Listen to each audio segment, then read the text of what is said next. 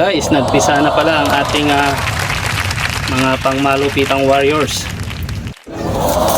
Ayan guys, at literal na night bird umuwi. Very good.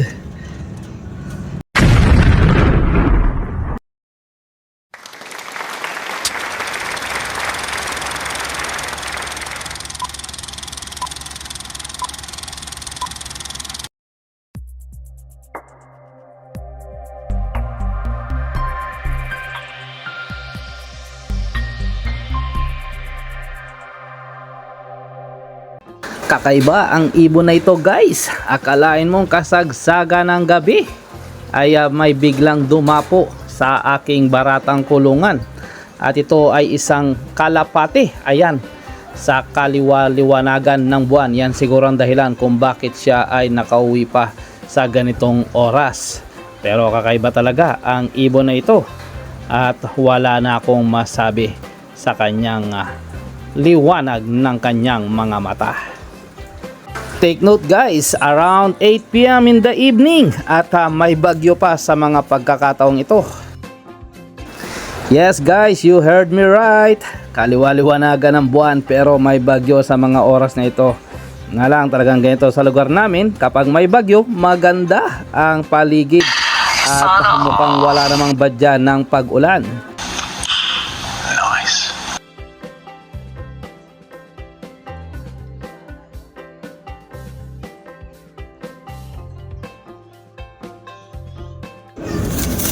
Ayan guys, at literal na night bird umuwi. Very good. So may future ang ibon na ito guys. Pinilit pa rin niyang makauwi kahit na gabi na. So nakakatuwa naman. At parang may nakikita akong magandang future sa ibon na ito. So literal guys na night bird ang ibon na ito. Kahit gabi ay talagang umuwi siya. So may future sa malayo ang karera ang ibon na ito. Ito nga pala ay nabili na at bumalik lang sa atin. So napakatindi ng instinct ng ibon na ito. Kahit gabi ay lumilipad siya at kinuha pa niyang makabalik dito sa loob natin habang ang lahat ay mga natutulog na at namamahinga. Pero siya, kadarating niya lang. Nakakabilib ang ibon na ito.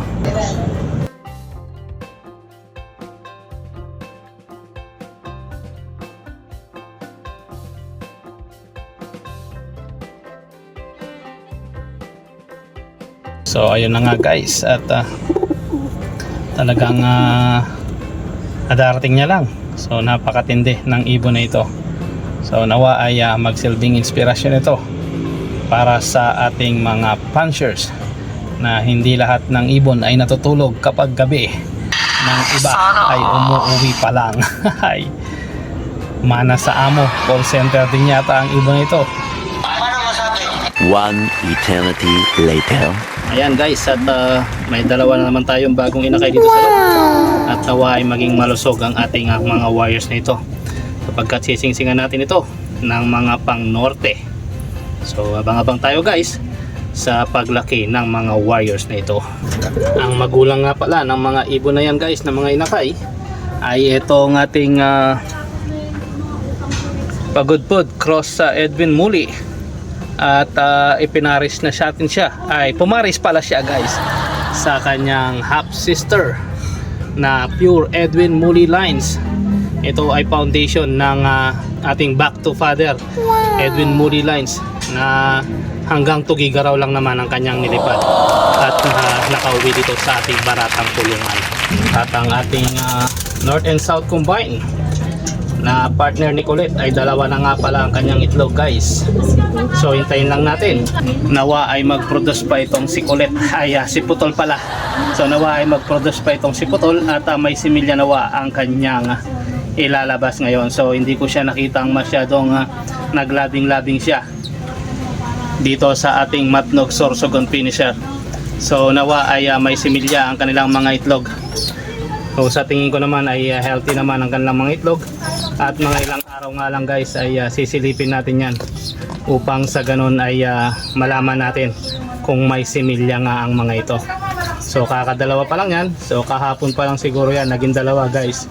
So nawa ay maging maganda ang kalalabasan nito. At syempre pa, update na rin sa ating si Kulit.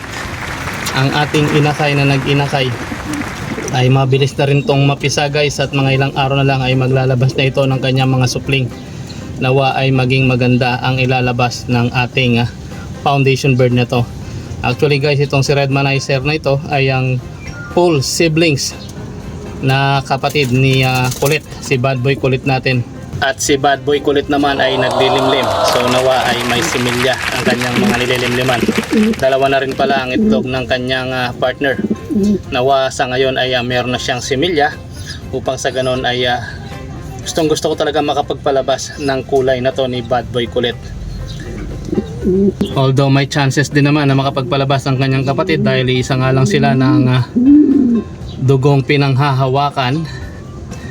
So kaso kada nilalabas ito ay red bar lang guys. So si Bad Boy Kulit nga ay sinusubukan ko, nawa ay magkaroon siya na ilalabas na mga kagaya ng kanyang kulay na yan na parang chocolate. So kaya siya ang superstar ng ating loft dahil nga napakaamo ng ibon na ito. So yun lamang guys sa ngayon, at ang mag-ingat po tayo dito sa bagyong nandirito ngayon sa PAR or sa Philippine Area of Responsibilities. Ingat po tayong lahat sa bagyong Pipito. So yun lamang po, at pinaka-the best po nating sandatayang manalangin at manalig sa kakayahan ng ating Panginoon. So yun lamang po, and always choose to be happy and be courteous to others, and let the Lord God Almighty be the center of our lives. Bye for now, and God bless. Yan, may partner ka na, tumitingin ka pa sa iba, hindi pwede yan, bad boy.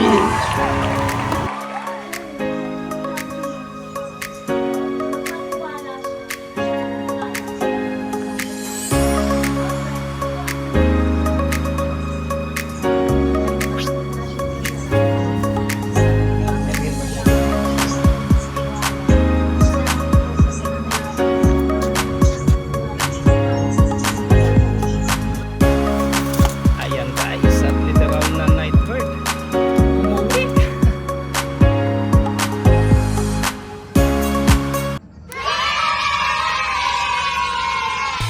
Nasa Diyos ang awa, nasa tao ang gawa. God bless us all, mga kapatid.